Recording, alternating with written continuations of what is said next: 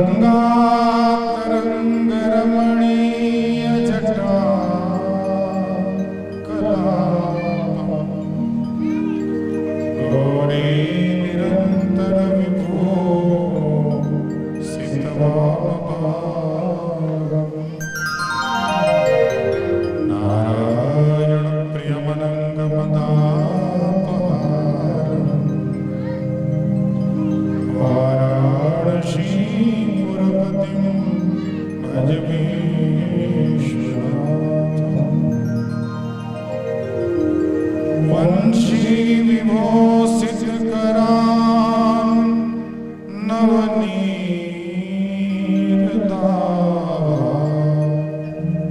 पीताम्बरातरुणबिम्बफला धरोष्ठा सुंदरमुखाद अरविंदनेत्रा कृष्णात् परं किमपि तत्त्वमहं न जाने कृष्णाय वासुदेवाय हरये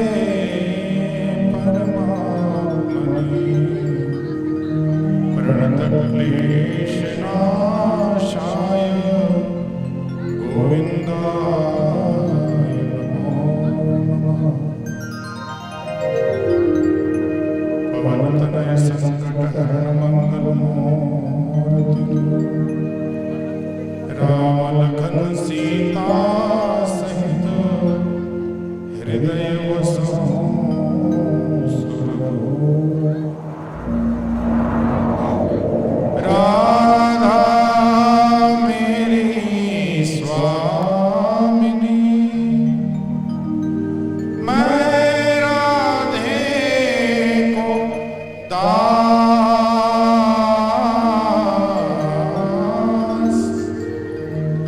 जन्म जन्म मोहि दीजियो श्री वृंदावन को वास। बोलो सियावर रामचंद्र की। सबको जयकारा बोलना है। जल यात्रा से होकर आने के बाद सब चकाचक पूरी सब्जी खिलाई। भूखे केवल तीनों भाई, बाकी लोग भोजन कर चुके हैं। जयकारे में कोई कंजूस नहीं। वर्तमान ठाकर बोली बोल वृंदावन बिहारी लाल की जय। जय जय श्री राधे। परम मंगल परम करुण अकारण करुणा वर्णाल भगवान श्री बालकृष्ण माता श्री राधास्वामी मैया राधा भयंकर भयंकर भावती पावन अनाथों के नाथ बाबा श्री विश्वनाथ बाबा विश्वनाथ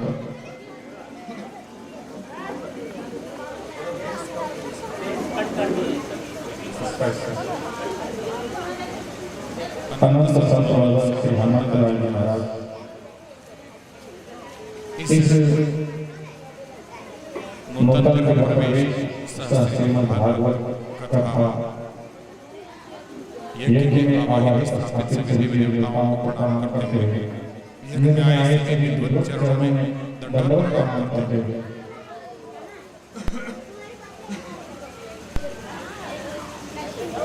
इस मंच पर बैठकर मंच की सुंदरता में सतरंगी छटा लिख रहे हमारे संगीत के आचार्य हमारे शिव श्रोता बंधु ममतामयी वात्सल्य माताओं बहनों नौजवान मित्रों तारीख से प्रमाण के माता में लेने प्यारे बच्चे साउंड साउंड ऑपरेटर और इस कथा को भारत के कोने कोने तक यूट्यूब के मास्टर वीडियो बाबा और हमारी कथा के साथ ही कथा की सुंदरता में चार चांद लगाने के लिए भगवान के जीवन दर्शन कराते हैं। ऐसे बात से चल रहा है नवीन गुप्ता जी। अभी उनके द्वारा भी उनके कलाओं का दर्शन कर सकेंगे। आइए आज प्रथम दिवस है और हम लोग परिश्राम हो चुके हैं, बहुत थक चुके हैं। इस चिलचिलाती धूप में ऊपर से सूर्य की गर्मी, नीचे से मार्ग की गर्मी, दोनों में हम लोग तप रहे, थक गए। ऐसा लगा था कि ये दूरी बढ़ती जा रही है, कम होने का नाम ही नहीं हो रहा है। इस स्थिति में हम लोग थक चुके हैं और पहले दिन व्यवस्था बनने में समय लग जाता है। आज हमारा प्रथम दिवस है, 7:30 बजे कथा प्रारंभ होनी थी, लेकिन लोग हो गया 9:30 बज गया।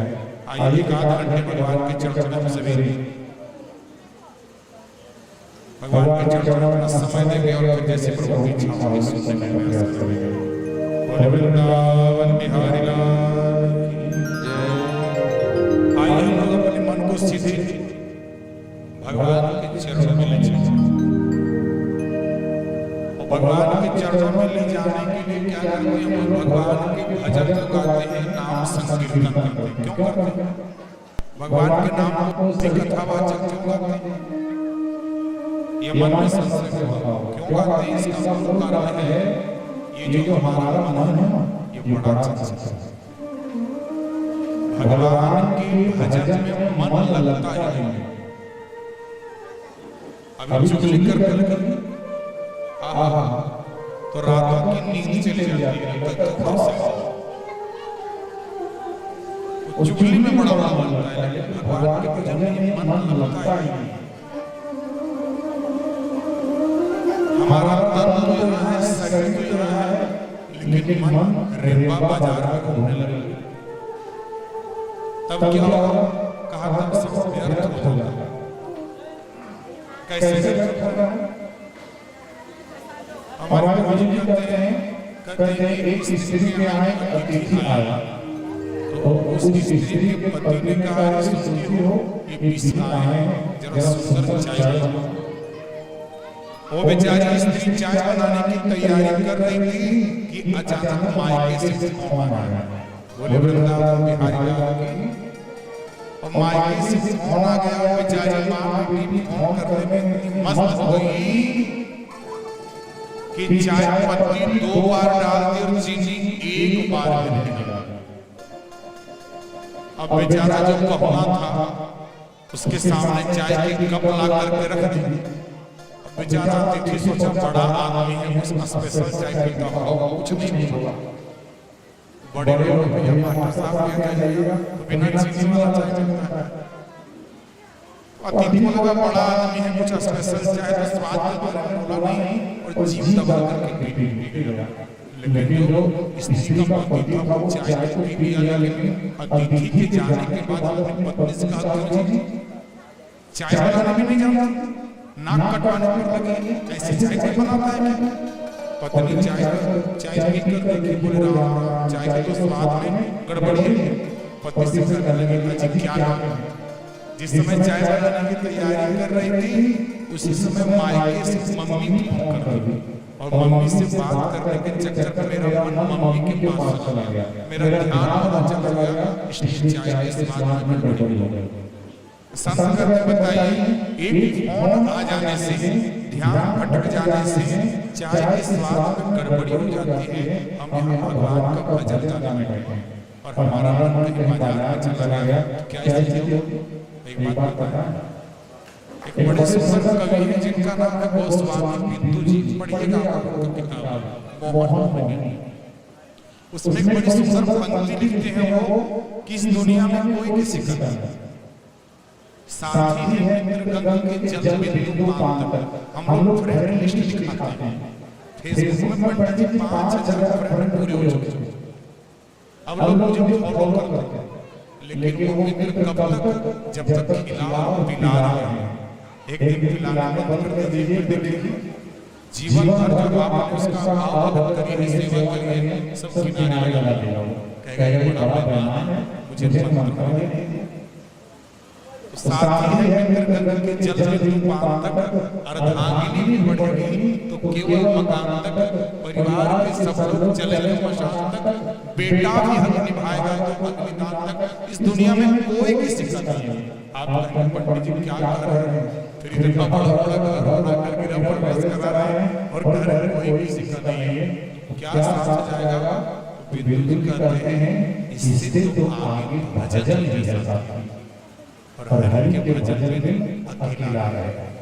तो ये भजन ही साथ जाएगा और भजन गाने के लिए हम बैठे हैं, तो इसमें बिल्कुल आना ना करें। आइए मेरे साथ करके दोनों हाथों की तालियों से भगवान के पावन नाम का गुणगान करें। बोले वृंदावन बिहारी लाल की जय। राधा का नाम अनमोल बोलो राधे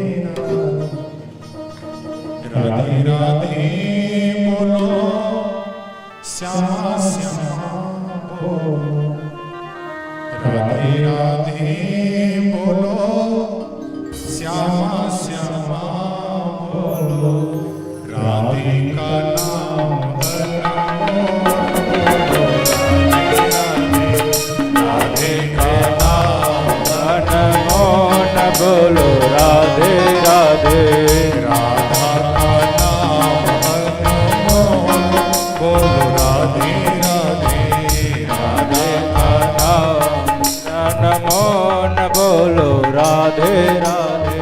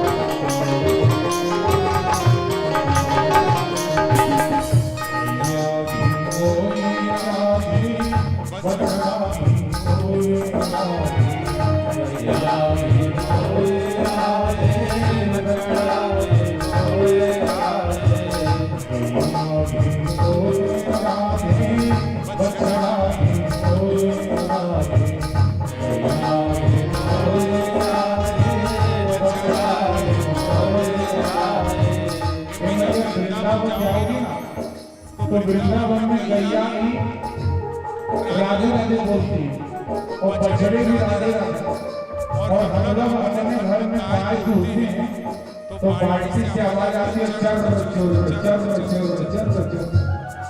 लेकिन वृंदावन में जाकर सुनिए वहाँ की स्थिति अलग है। क्या है? गैया गैया भी बोलती राधे राधे, और कौन बोल रहा है? गैया भी बोले राधे बछड़ा भी बोले राधे, गैया भी बोले राधे बछड़ा भी बोले राधे। दूल्हे के हाथ से आवाज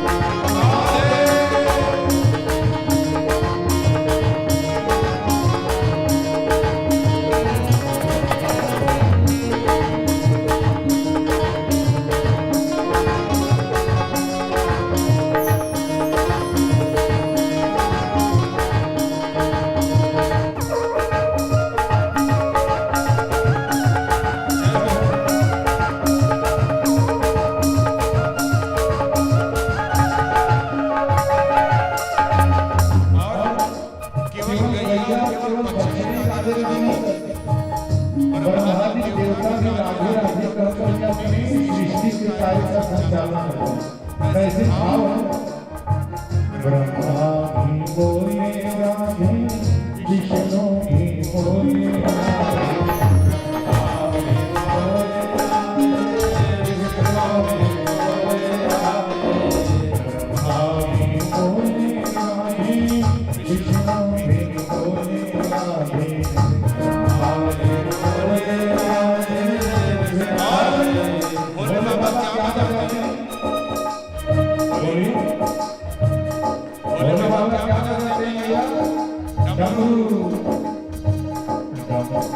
भोले बाबा के डमरू से भी ऐसी आवाज आती है, शंकर के डमरू से आवाज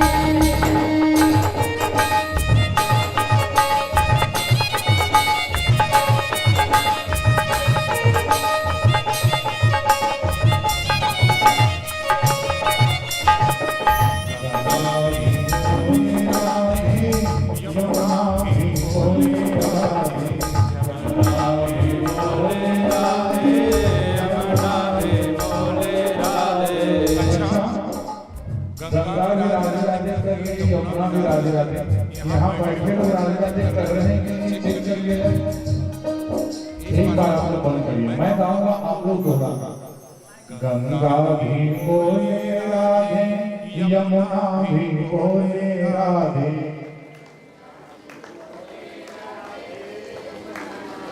आप लोग ऐसे बोल रहे लग रहा है सदर अस्पताल में कोई मलेरिया का मरीज हो।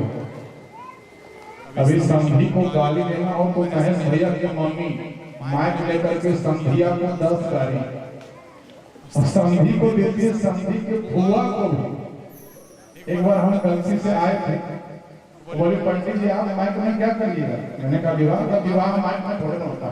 और माइक ले लिए और संधि को गाली देने लगी, और जैसा पहाड़ा में भुआ वैसा समुद्री के फुआ।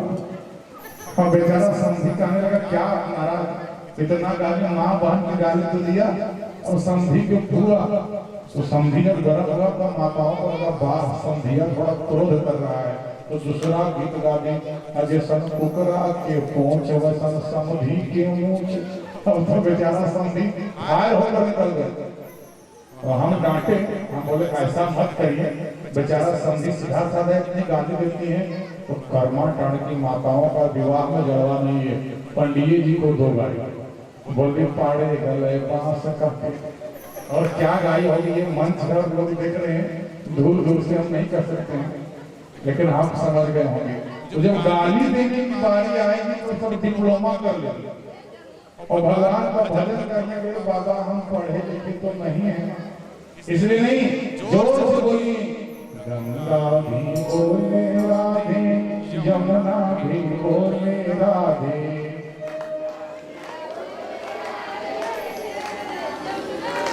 हाँ अभी लगा, फिर भी आवाज में कुछ कमी, लेकिन आज थक कर आए हैं, आज थोड़ा कम गाएंगे। आगे वाले थोड़ा सपोर्ट नहीं कर रहे हैं, लेकिन कल देखें, कल से विशेष होगा। बोले राधा रानी सरकार की, गैया भी बोले राधे, बछड़ा भी बोले राधे। और सरजू कहाँ बची? सरजू मैया अयोध्या में, वहाँ भी कान लगा कर सुनिएगा, एक ही आवाज में क्या? सरजू के भार से आवाज आवाज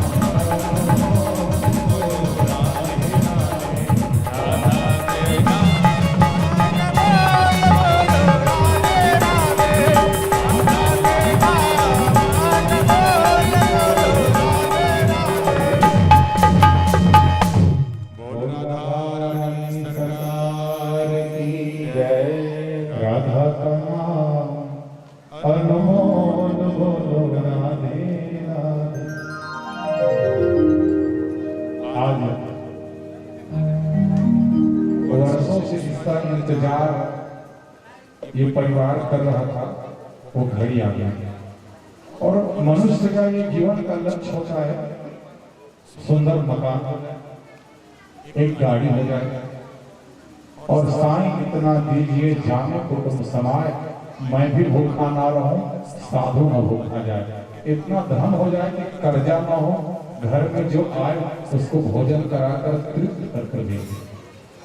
भैया भीमराव जी तीनों भाई एक अथक प्रयास से ये सुंदर 3 भवन बनाए और अद्वितीय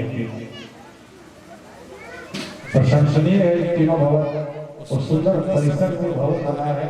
और इस नए भवन के गृह प्रवेश के शुभ अवसर पर दिव्य भगवान की कथा का आयोजन हुआ है। तो हम सब बड़े बड़भागी हैं। देखिए भगवान की कथा सब नहीं सुन सकते। इसी स्टेज पर आज ऑर्केस्ट्रा बुलाने वाले और जहाँ कलकत्ता में महिला भाई रहते हैं वहीं से 4 डांसर बुलाने रहते हैं। तो क्या कर्माटा भैया, परसा कांड से लोग आ जाते हैं और संभालने के लिए प्रशासन की व्यवस्था करनी पड़ती है, फिर भी भीड़ नहीं संभाल पाते। लेकिन भागवत कथा में इतने कम लोग भी क्यों? कहा जब कई जन्मों का पुण्य उदय होता है तो भागवत कथा सुनने में मन लगता है। आते तो बहुत लोग हैं लेकिन मन बहुत कम लोगों को लगता है। जन्मांतरी भविष्य पुण्य में जब कई जन्मों का पुण्य उदय होता है तब ये भागवत कथा सुनने का अवसर मिलता है। आप सब बड़भागी में कथा सुनते हैं।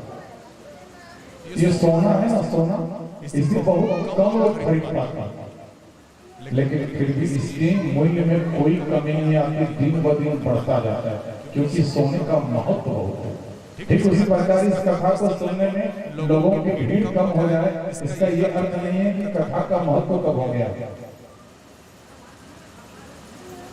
कथा के महत्व में कोई कमी नहीं आई है, श्रोताओं में कमी आ गई है। श्रोताओं का मन मिजाज बिगड़ गया। क्यों? क्योंकि उनके भाग्य में कथा नहीं थी। आप सब भागी श्रोता में बैठकर कथा सुन रहे हैं और इस कथा की इतनी महिमा है। इस कथा को आप जिस भाव से सुनेंगे वही मिलेगा।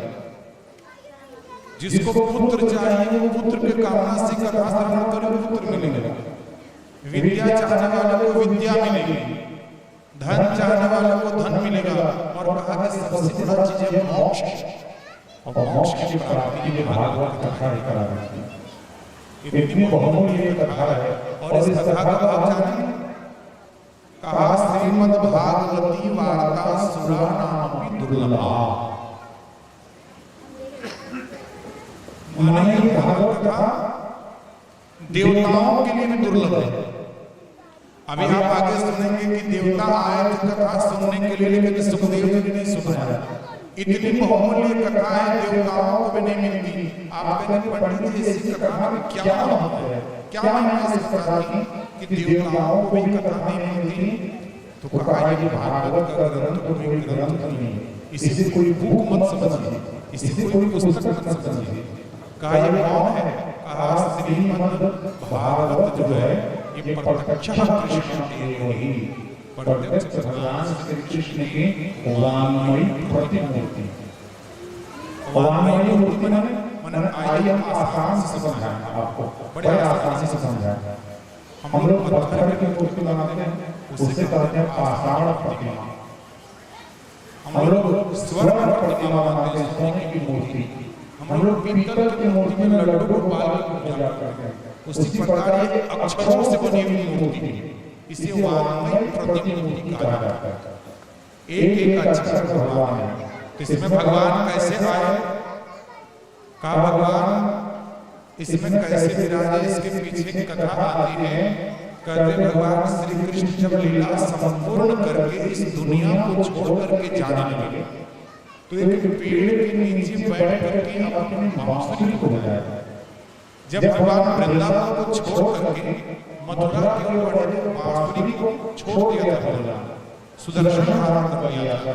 लेकिन आज प्रभु बांसुरी बजाने लगे। एक बहेलिया ने देखा, उससे लगा कोई पशु है, धनुष को निकाला, बाण चला लिया। वो बाण जाकर सीधे भगवान श्री कृष्ण के पैर में लगा। भगवान श्री कृष्ण में गिर पड़े। बहरिया आया, रोने लगा, सरकार गलती हो गई। भगवान ने कहा नहीं, तुम्हारी कोई गलती नहीं, सब मेरी इच्छा से हो रही है। उसी समय उद्धव जी आ गए।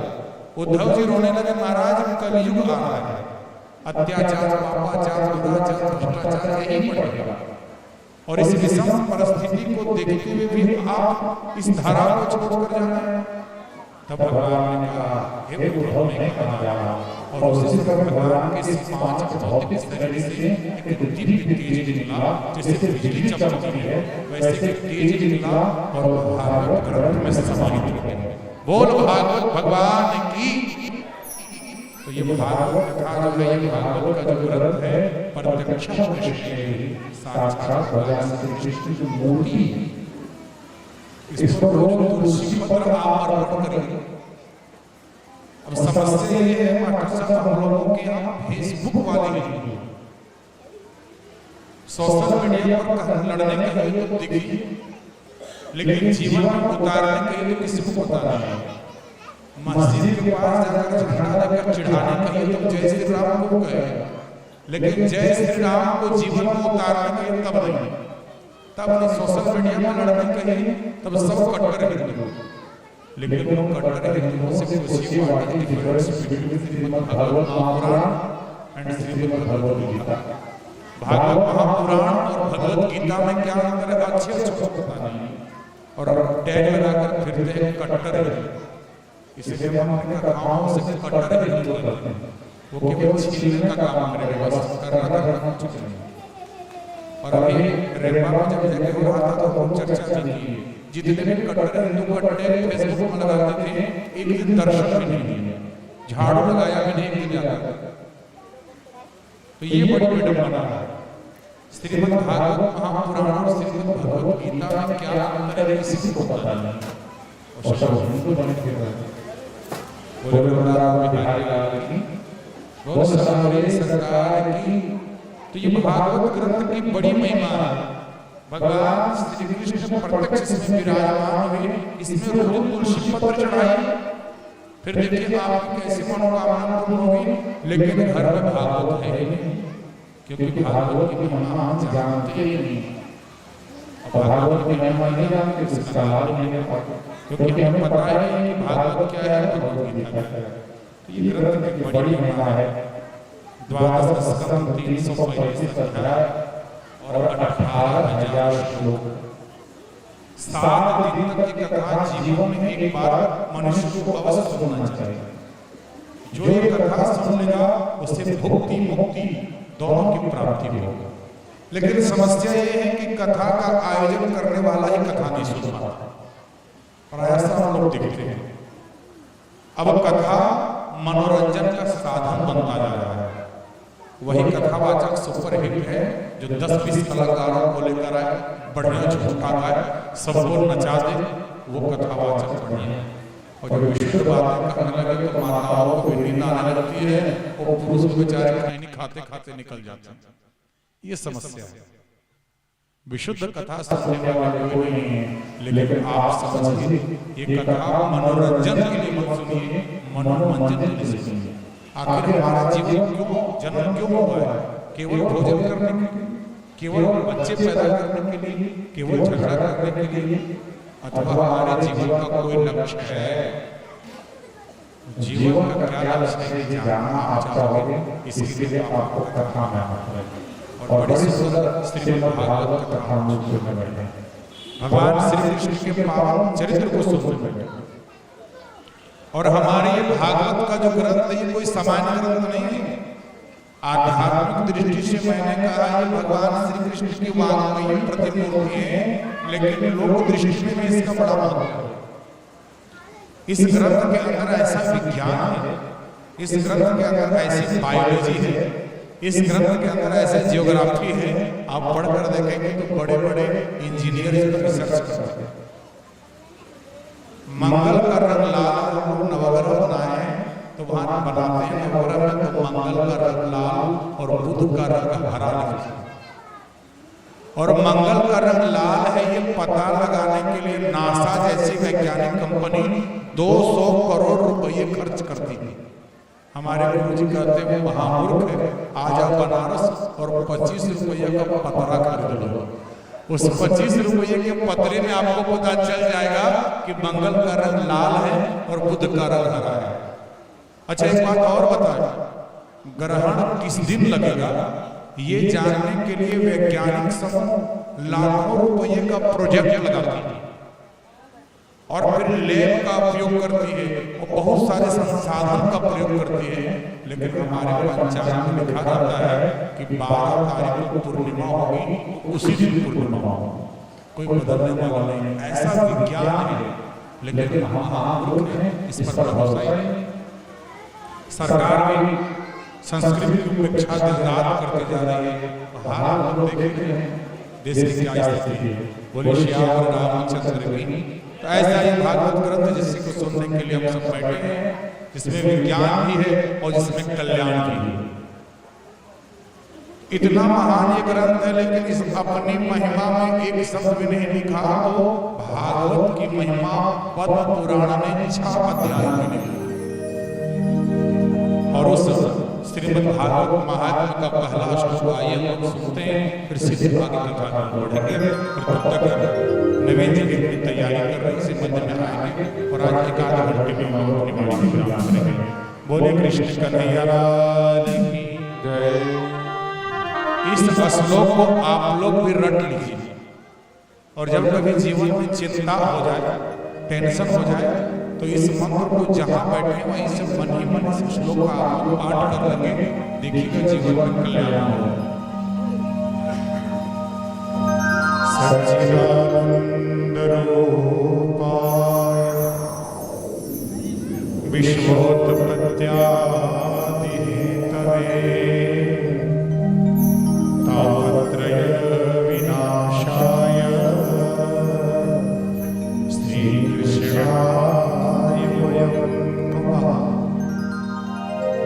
सच्चिदानंद रूपाय विश्वोत्पत्त्यादि हेतवे तापत्रय विनाशाय श्री कृष्णाय वयं नमः। ये 2 लाइन का सुंदर मंत्र श्लोक है, इसको पाठ करो। इसमें भगवान के स्वरूप का वर्णन किया गया। देखिए हम लोग सबसे पहले देखते हैं चेहरा देखते हैं। बहुत विद्वान पंडित जी हो और महिला कुचेला कपड़ा पहनकर आ जाए तो मन नहीं लगता, और वही एक जरा भी पढ़ा नहीं हो लेकिन डिफेंडर से आ जाए, रेंज रोवर से आ जाए और बढ़िया सोने का ब्रासलेट पहना हो, बढ़िया सिल्क का कुर्ता, बढ़िया धोती, या मोटे से सोने का चेन पहना हो, तो महामूर्ख लंपट क्यों ना हो, लेकिन हम लोगों की श्रद्धा जग जाती है। हम लोग साक्षात दंडवत कर रहे हैं क्योंकि पहले हम लोग स्वरूप देखे। तो किसी ने पूछा व्यास से, महाराज इस श्री कृष्ण की कथा गा रहे, इसका स्वरूप कैसा है? तो बड़ी सुंदर भाव में कहा सच्चिदानंद रूपाय। हम लोग हिंदी व्याकरण पढ़ लेते थे, अब तो मास्टर साहब सब समाप्त हो गए। मैट्रिक में फर्स्ट डिवीजन से पास करने वाले, हिंदी में 85% लाने वाला स्टूडेंट से पूछी तत्सम तद्भव देश क्या होता है, बेचारे पगले जानने लगे। आज के विद्यार्थी 4 लाइन अंग्रेजी को तोते जैसा, इंग्लिश भी ढंग से नहीं आता, तो बेचारे हिंदी व्याकरण क्या जाने। अच्छा मुझे बड़ी हंसी आती है, 87, 88, 89 पढ़ा कौन है? दिल्ली में पढ़ने वाला नहीं कह पाता। हाँ 87, 88, 89 में बड़ा कौन है? बाहर और अंत में कहेंगे एक्चुअली मेरा हिंदी में पंडित जी वीक है, समझिए उसका सब कुछ वीक है। आप हिंदी संस्कृत बांग्ला सब कुछ पढ़ने वाले बताएंगे। तो हिंदी व्याकरण हम लोग पढ़ते थे, उसमें संधि विच्छेद पढ़ते थे। सच्चिदानंद का संधि विच्छेद हम लोग करेंगे तो सब जोड़ चित जोड़ आनंद, माने 3 शब्दों से भगवान का नाम हो रहा है। जिससे ड्रम देख करके अच्छे से को डर लगने लगा। कई लोग तो ड्रामा धारा से बाहर फेंक देते ना बाबू, जैसे ड्रम में रिस्क नहीं लेंगे, क्योंकि दुनिया झूठी है। 1000 मंदिरों में जाकर माथा टेकते हैं, पूजा पाठ करते हैं, तब एक बेटा हुआ। और लोग कहते हैं मेरा एक बेटा, पंडित जी यहाँ नहीं पढ़ाएंगे, हजारीबाग के बाद कोटा राजस्थान, इधर पिताजी तैयारी कर रहे हैं, बेटे का विवाह करेंगे, बेटा उधर कुछ और तैयारी कर लिया। माँ ने कहा बेटा आओ तुम्हारे लड़के दिखने के लिए जाएंगे। लड़का बोलता है माँ मैं तो यहाँ विवाह कर लिया। माँ कहने लगी बेटा तुम आओगे तो बाबूजी डंडा से मारेंगे। लड़के ने कहा इसलिए दिल्ली में फले बैठे ले लिए घर आएंगे। बताइए क्या हो सकता है? न पुत्र आपका हो रहा है, न पत्नी आपकी होगी, इस दुनिया में सब झूठे हैं, सब मतलब के आ रहा है। जब तक स्वार्थ पूर्ति हो रही है तब तक पत्नी भी पति के गुण गाती है। यदि दुर्गा पूजा में साड़ी खरीद कर पति ने नहीं दिया, फिर पति का पेट बजाते थे बोले बाकी बिहारी लाल की। तो व्याख्या गुरुजन बड़ी सुंदर भाव। इस दुनिया में कोई ऐसा व्यक्ति नहीं हो जो आनंद नहीं चाहता, कोई ऐसा व्यक्ति नहीं जो कहे भगवान हमें दुख दे दीजिए, कोई नहीं। सब आनंद चाहता है लेकिन आनंद नहीं मिलता। जितना सुख चाह रहा है सुख उतना ही दूर भागा जा रहा है। एक समस्या का समाधान करिए, पीछे से तरह दरवाजा खटखटा रहा है कि हम भी आ रहे हैं, आनंद नहीं मिल रहा है। क्यों? क्योंकि आनंद की वास्तविक जगह पर आज तक हम लोग गए ही नहीं। आनंद कहाँ मिलेगा? एक बड़ी सुंदर उदाहरण सुनिएगा। एक बूढ़ी माता जी थी, वो अपने फटे हुए चादर को सील रही थी और चादर सिलते सिलते अचानक सुई गुम हो गई तो बेचारी बाहर निकलकर सुई ढूंढने लगी। एक लड़का आया और बोला अरे ओ दादी क्या ढूंढ रही हो? बुढ़िया बोले बेटा मैं चादर सिल रही थी सुई गुम हो गई। लड़के ने पूछा दादी, बुढ़िया बोले घर के भीतर। ढूंढ कहाँ रही हो? बुढ़े उजाला में ढूंढ रही हूँ। लड़के ने कहा भले मानुस कहना तो तुम्हारा 110% सत्य है। थोड़ा सा टेबल कर दीजिए, बीच में सीटी आ रहा है। लड़के ने कहा अरे बूढ़ी माता जी तुम्हारा कहना बिल्कुल सत्य है, कोई वस्तु गुम हो जाए तो उजाले में ढूंढना चाहिए, लेकिन उजाला भी वही होना चाहिए जहां वस्तु गुम हुई हो। बाहर में टॉर्च लेकर ढूंढेंगे तो नहीं मिलेगा। कहने का तात्पर्य है कि हम आनंद पाने का बहुत प्रयास करते हैं लेकिन आनंद नहीं मिलेगा। आनंद पाने के लिए कहाँ जाना पड़ेगा? बनारस। आनंद पाने के लिए कहाँ जाना पड़ेगा? वृंदावन। हम लोग बनारस जाते हैं, कुछ लोग फोन करने के लिए सबसे बढ़िया होटल में कमरा बुक कर दीजिएगा। अच्छा बढ़िया होटल में कमरा बुक कर देते हैं तो रात को लाइट चली जाती है। अब फोन करके कहता है क्या महाराज किस होटल में रख दिया, एसी बंद हो गई है, गर्मी से प्राण जा रहा है। लेकिन उसी बनारस में गंगा जी के घाट के किनारे फक्कड़ संतों को देखिए, हर हर महादेव में लगा हुआ है, न गर्मी से मतलब न सर्दी से मतलब, ऐसी रहे या जाए कोई मतलब नहीं, पड़ा है भगवान के भजन में और आनंद से। चले जाइए वृंदावन, देखिए विदेशों से भी लोग आकर के झूम करके भगवान का भजन गा रहे हैं। क्यों? क्योंकि आनंद वहीं मिलेगा और हम उस जगह पर जा नहीं रहे हैं, आनंद वहां ढूंढ रहे हैं जहां दुख मिलेगा। तो आनंद कहाँ मिलेगा?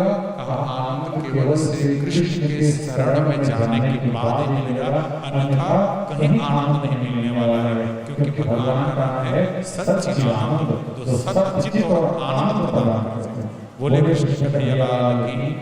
और दूसरा कहा जाए स्वरूप बड़ा सुंदर है, उनका कार्य कैसा? चेहरा बढ़िया हो और शराब पी कर गिरा हो तो चेहरा से क्या मतलब? कहा कार्य कैसा? कार्य तो बड़ा जोरदार है। विश्वोत्पत्त्यादि ये भगवान दुनिया को बनाते हैं, पालन करते हैं और संहार करते हैं। और दुनिया में बनाते हैं तो फूल में ऐसी खुशबू डालते हैं, आप लाल पर फूल डाल दीजिए, गुलाब का सुगंध आपको नहीं मिलेगा। ये प्रकृति के द्वारा अर्थात भगवान श्री कृष्ण जी से। और पालन भगवान गजब एक बार चंद्रगुप्त मौर्य के शासन काल में 3 वर्ष तक अकाल पड़ गया। तो चंद्रगुप्त मौर्य में जबरदस्त राजा था, अपने भंडार को खोल दिया, कहा जिसको जितना खाना है खा, कोई भूखे नहीं मरे। लेकिन अहंकार हो गया, उसको लगा कि हम नहीं रहते तो सब भूखे मर जाते। उनके गुरु थे चाणक्य, समझ गए चेला घमंडी होता जा रहा है, घमंड तोड़ना पड़ेगा। राजा को एक दिन घुमाने के बहाने जंगल ले गए और वन में जाकर के एक पत्थर का ढेला हाथ में दे दिए, कहा चंद्रगुप्त जरा पत्थर पे पटकना। और जैसे ही पत्थर पटका, उसके मुंह से उस पत्थर के अंदर से चींटी निकली और चींटी के मुंह में चीनी था। चंद्रगुप्त मौर्य को चाणक्य ने पूछा, क्यों इस चींटी को चीनी तुम्हें खिलाते हो क्या? चंद्रगुप्त समझ गया, अरे देने वाला तो ऊपर बैठा है, हम तो एक मानते हैं, अजगर करे न चाकरी, पंछी करे न काम, दास बनो का कह गए सबके दाता। हम लोग चंदन लगाते हैं ना, ये चंदन मनमाना नहीं है, ये गुरु परंपरा से। तो ये हम लोग मल्लू पीठ वाले महाराज जी हैं, उनका चंदन लगाते हैं। मल्लू दास जी ने मल्लू पीठ की, मल्लू दास जी जो है उनका अनुसरण मल्लू पीठ वाले महाराज जी करते हैं और उन्हीं का अनुसरण हम लोग करते हैं। मल्लू दास जी महाराज एक दिन पढ़ रहे थे कि भगवान सबको भोजन देते हैं, भगवान किसी को भूखा नहीं रहने देते। उनको लगा भगवान सबको भोजन देते हैं, उनके दिन छूट जाते हैं, देखेंगे भगवान भोजन देते हैं। तो बेचारे चले गए जंगल, और जंगल में जाकर एक पेड़ में जाकर ऊपर छुप कर बैठ गए, कहा भगवान आपको हिम्मत है तो खाना खिला दो, नहीं तो भूख हो जाएंगे। और जंगल में चले गए, संजोग से क्या हुआ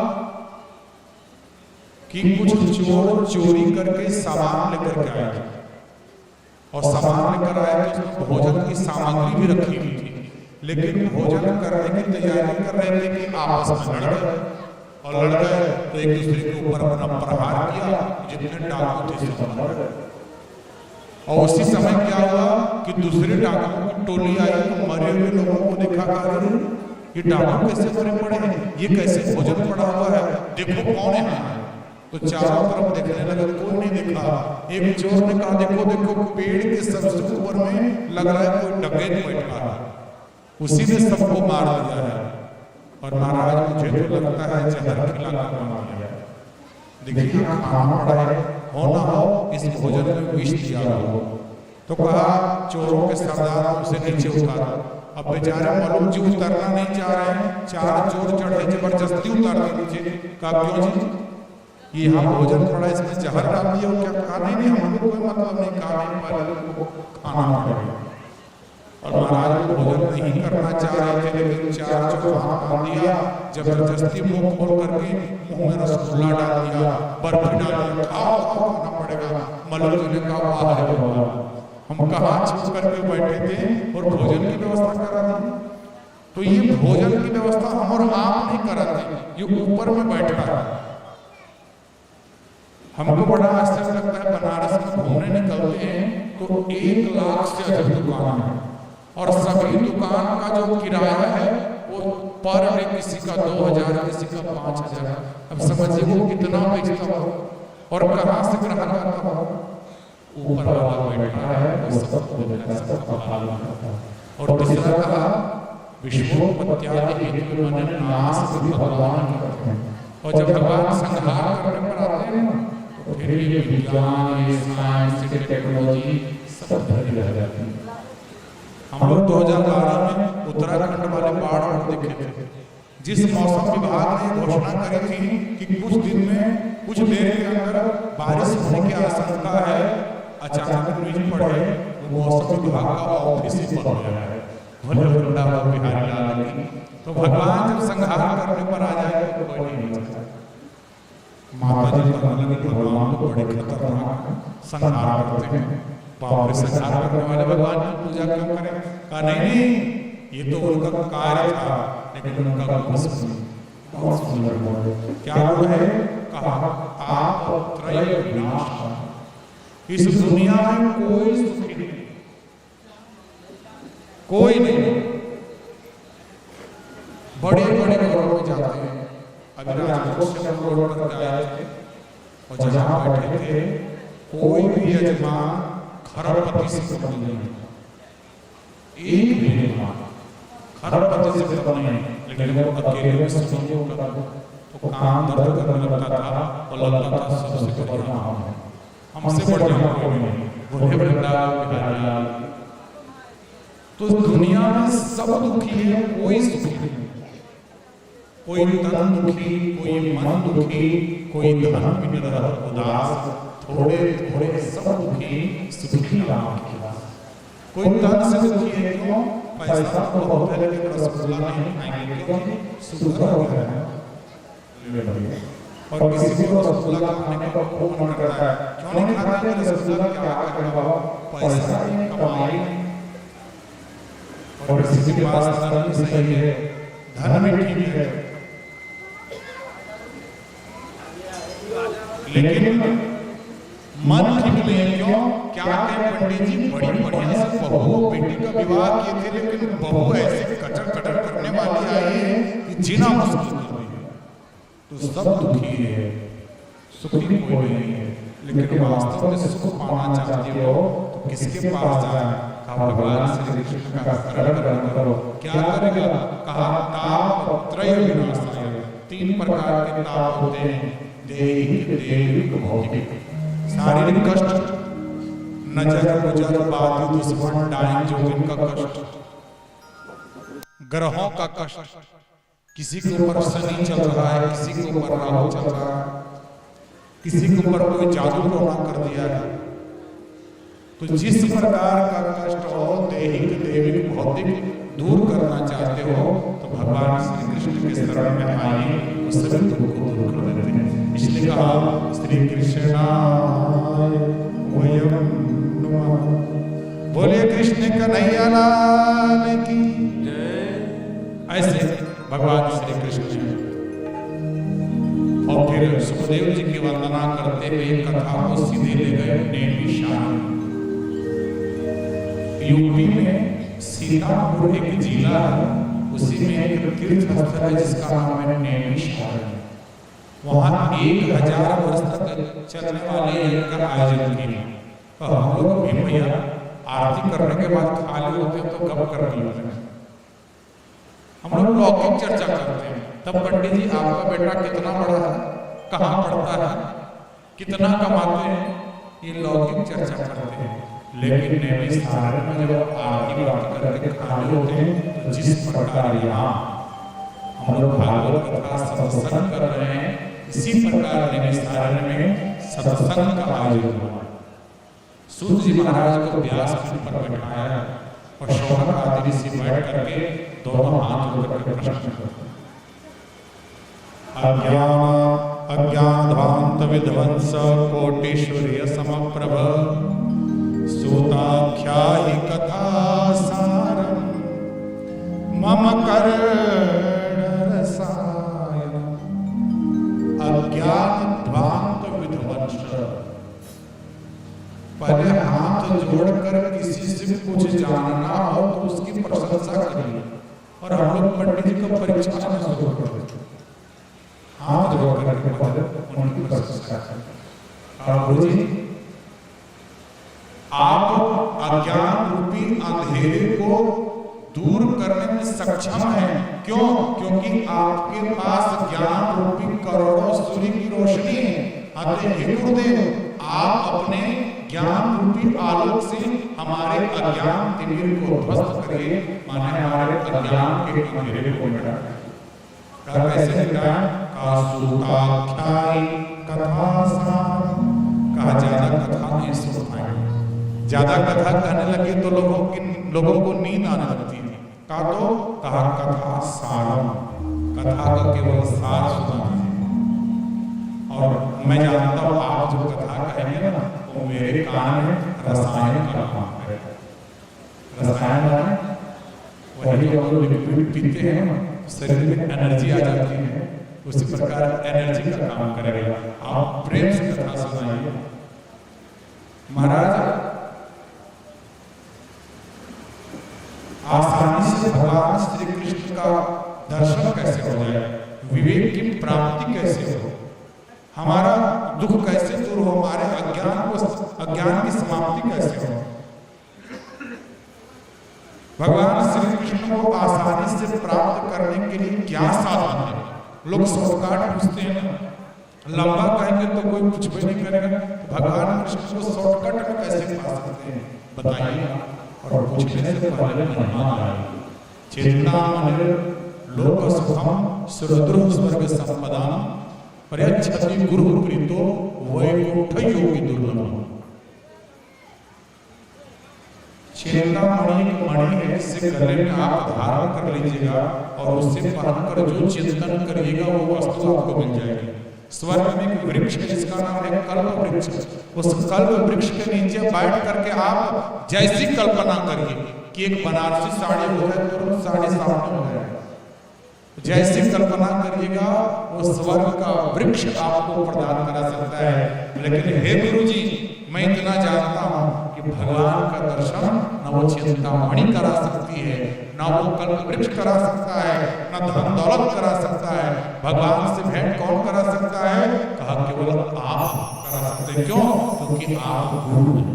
इसलिए कबीरदास जी कहते हैं, गुरु गोविंद दो खड़े काके लागो पाँव, बलिहारी गुरु आपनो जिन गोविंद दियो पता। भगवान से भेंट कौन करा सकता है? केवल गुरु करा सकते हैं। इसलिए गुरु जी आपको प्रणाम करते हैं। गुरु जी गदगद हो गए, कहा बड़ा सुंदर प्रश्न किया है, लेकिन मेरी एक शर्त है। क्या शर्त है? कहा सावधानतया शीर्ण, सावधान होकर सुनिए।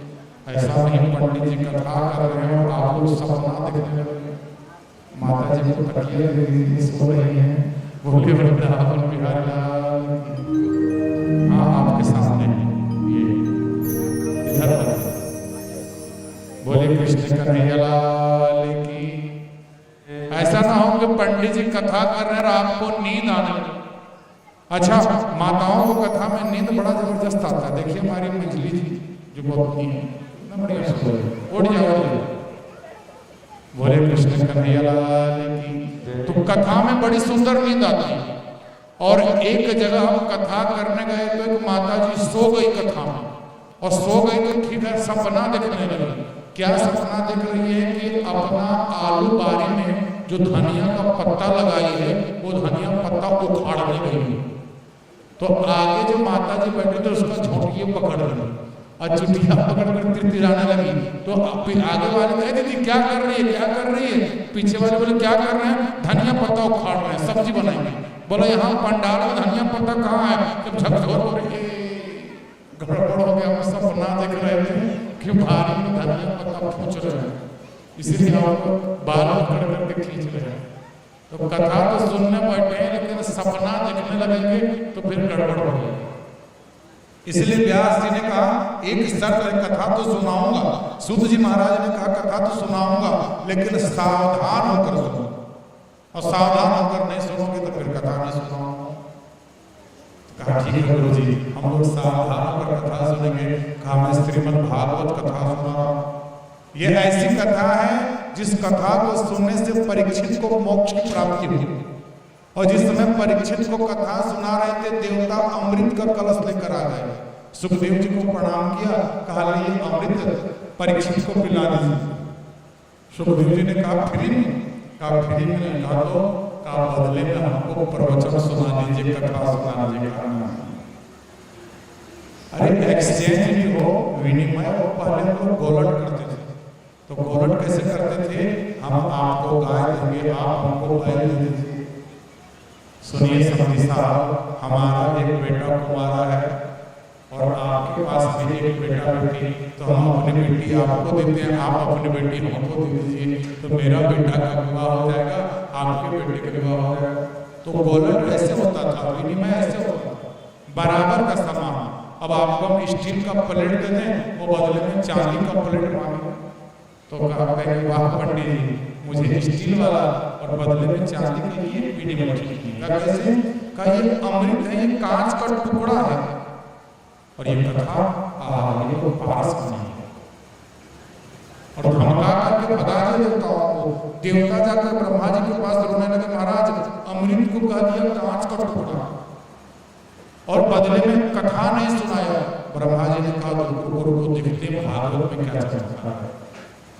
और 7 दिन में जब परीक्षित को मुक्ति मिल गई तो एक तराजू जो है सत्यलोक के तुलाम बदवा तोलियत साधना ने तराजू उठा करके तराजू के एक पल्ले में सभी ग्रंथों को रखा और एक पल्ले में भागवत जी को रखा। और जैसे ही तराजू को उठाया कहते हैं सरकार जितने भी ग्रंथ थे सब ऊपर लटक गए और भागवत का ग्रंथ नीचे रह गया। अब बताइए ज्यादा भारी कौन होगा, ऊपर वाला या नीचे वाला? नीचे वाला। इस प्रकार आप लोग नीचे बैठे, जमीन पर बैठने वाले जमींदार, कुर्सी पर बैठने वाले चेयरमैन, हम किस पर बैठे हैं? ये क्या है? चौकी है। चौकी पर बैठने वाला चौकीदार। और जब पहले चौकीदार कहते थे तो बड़ी लज्जा आती थी, लेकिन जिस समय से यशस्वी प्रधानमंत्री मोदी जी ने कहा मैं भी चौकीदार, तो एसपी साहब भी अपने टैग में लिखे मैं भी चौकीदार, तो तब से शर्म नहीं आने लगा। अब लोग चौकीदार है तो कोई बात नहीं, देश की रक्षा करेंगे। वो वहां सीमा पर देश की रक्षा कर रहा है ताकि बाहरी शत्रुओं के आक्रमण से बचा सके।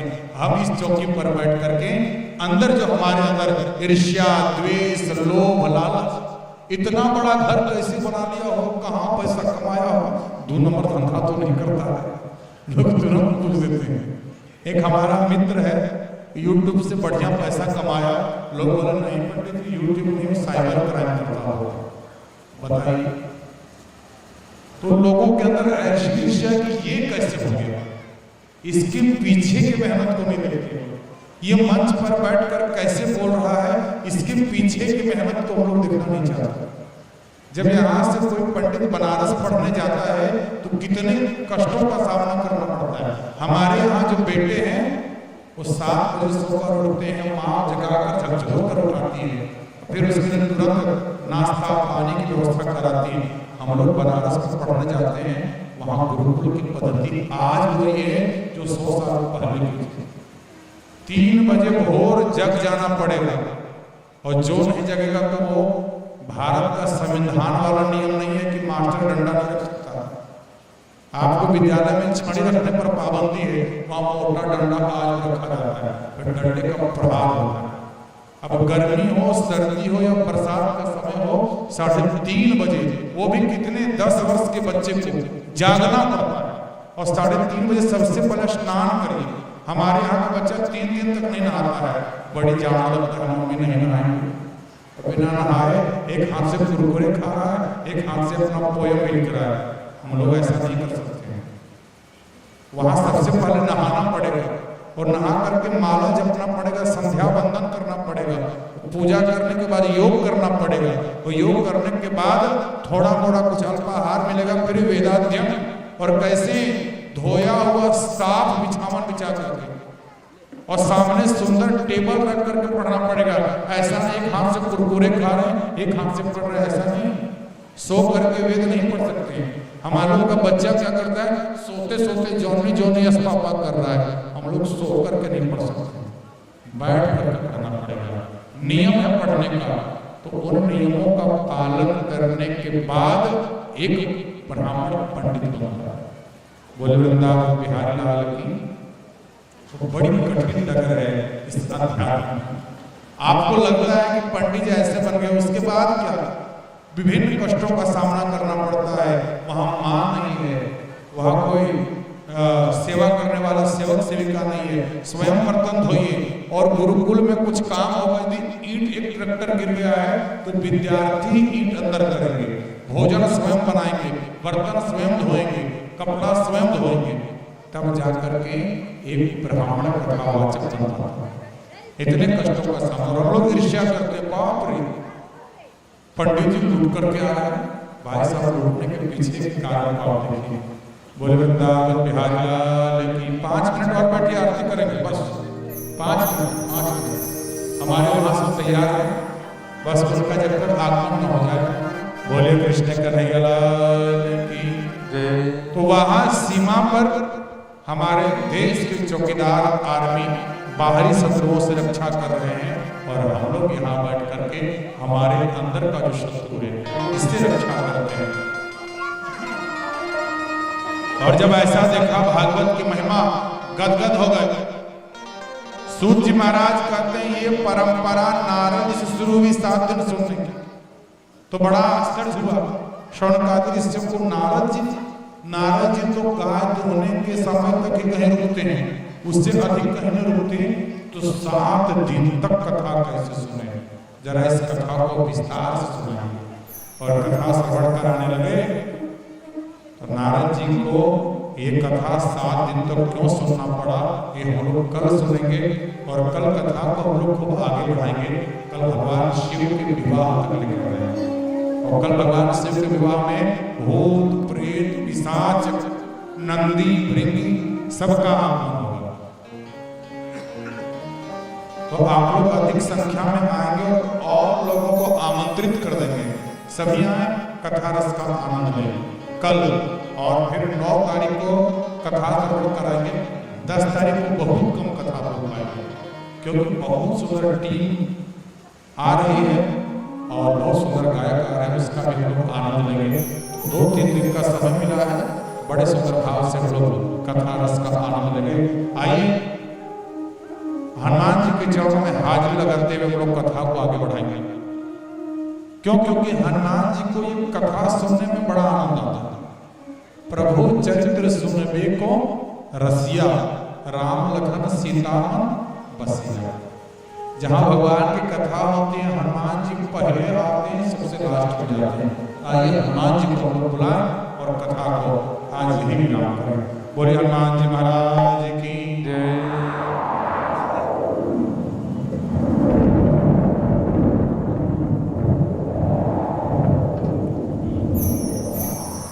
लाल देह लाली नसै हरिधर लाल लंगो, वज्र देह दानव दलन, जय जय जय कपि।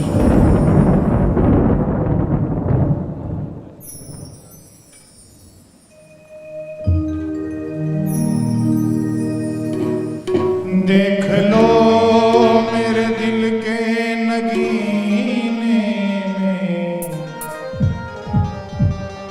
देख लो मेरे दिल के नगीने में, श्री जानकी बैठे हैं मेरे सीने, श्री राम जानकी बैठे मेरे सीने में।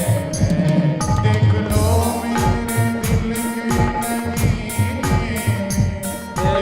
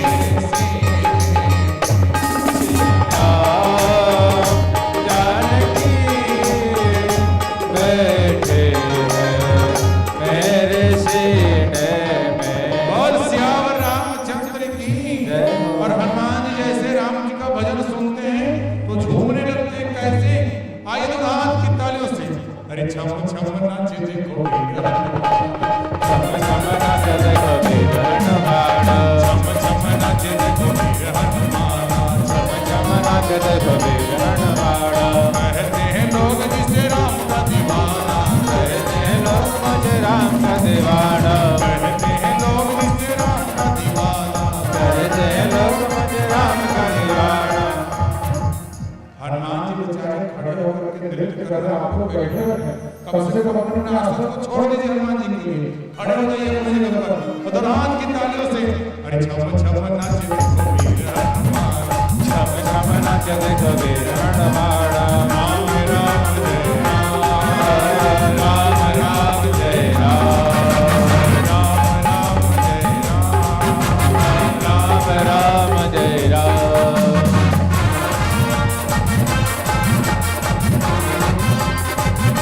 जय जय श्री राम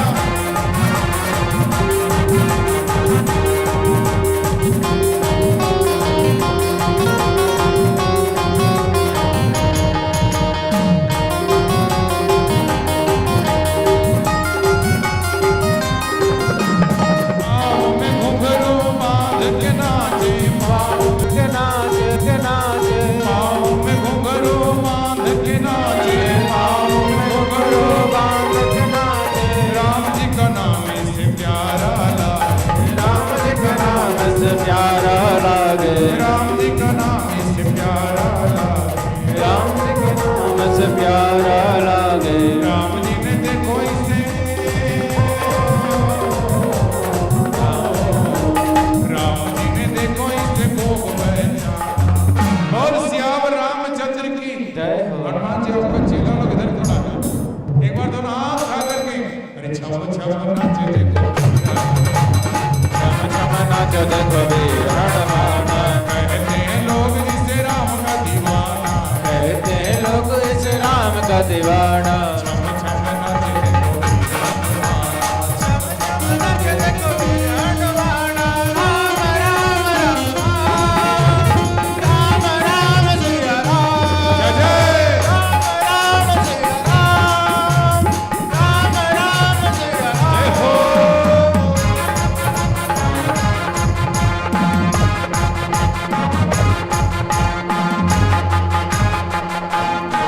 प्रेम से दोनों हाथ अपनी ताली बजाते हुए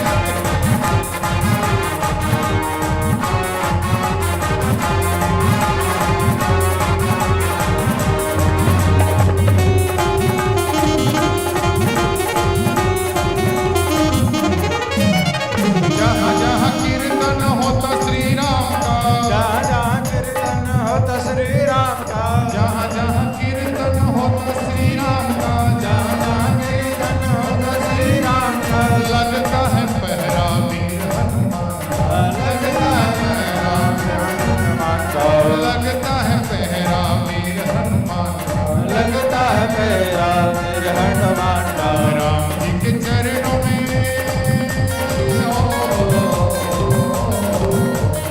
राम जी के चरणों में बोल सियावर रामचंद्र की जय हो बोले हनुमान जी महाराज की जय हो एक बार दोनों हाथ उठाकर कहिए अरे छम छम नाचे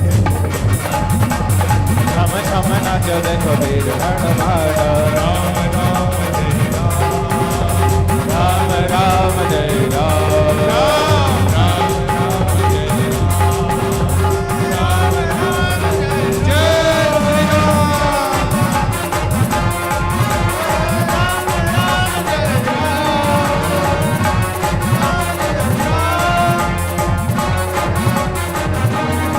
श्री राम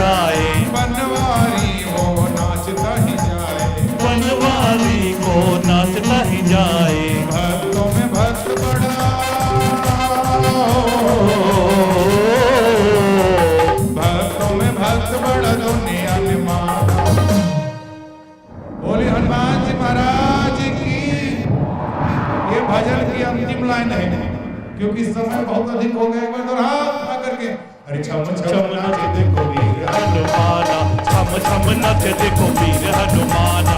कहते हैं लोग जिसे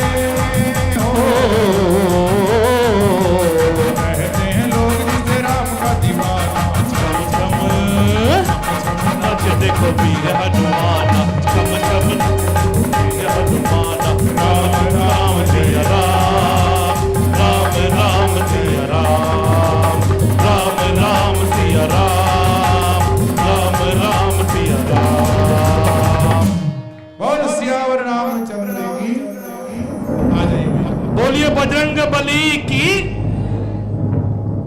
आइए एक बार फिर आरती करके वाणी को विराम कर देंगे। आइए भेवे आइए, राम जी जी करिए।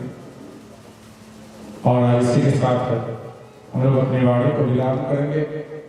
नारद जी ने 7 दिन तक कथा क्यों सुनी, ये चर्चा हम लोग कल सुनेंगे।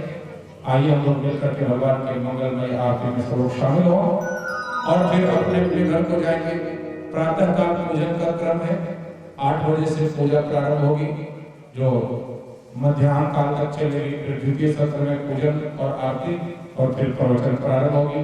और हम लोग कल दिव्य आनंद लेंगे भगवान के विवाह का, भगवान की दिव्य झांकी का।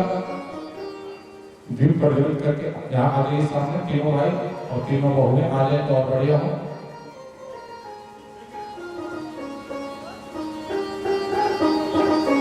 ओम ज्वालामालिने महामंतेश्वर्ये महासकल पूजार्थे घात पुष्पाणि समर्पयामि।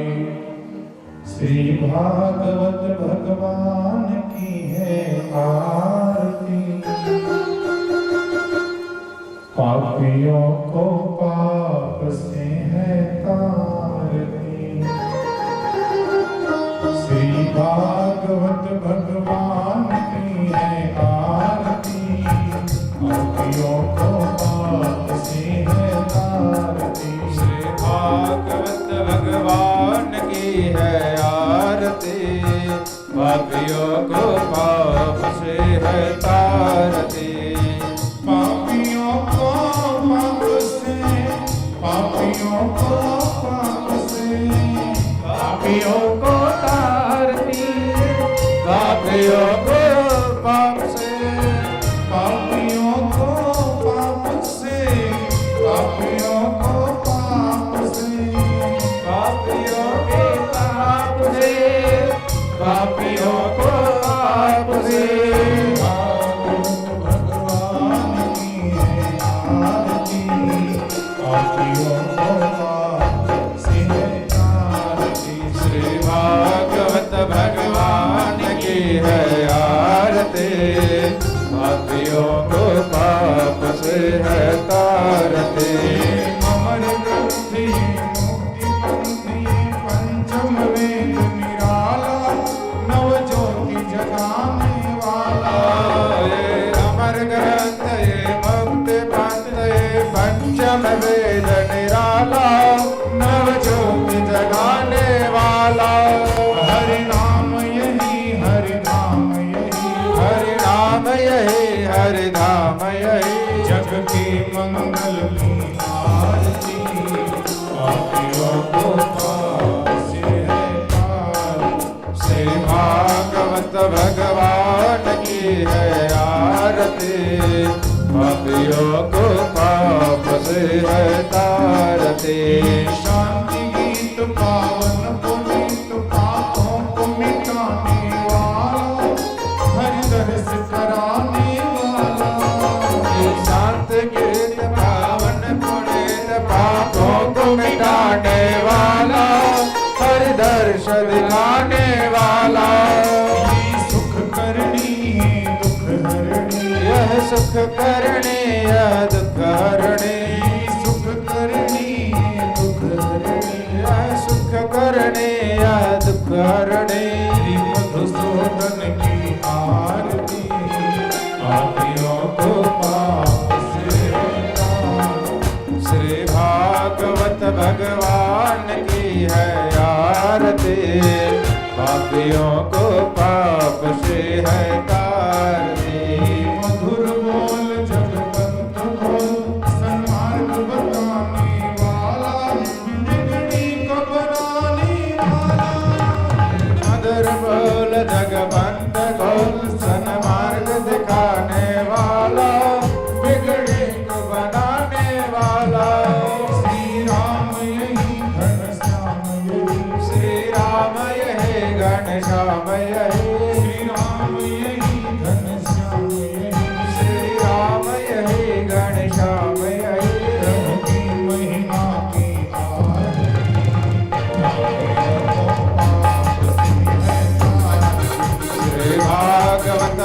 भगवान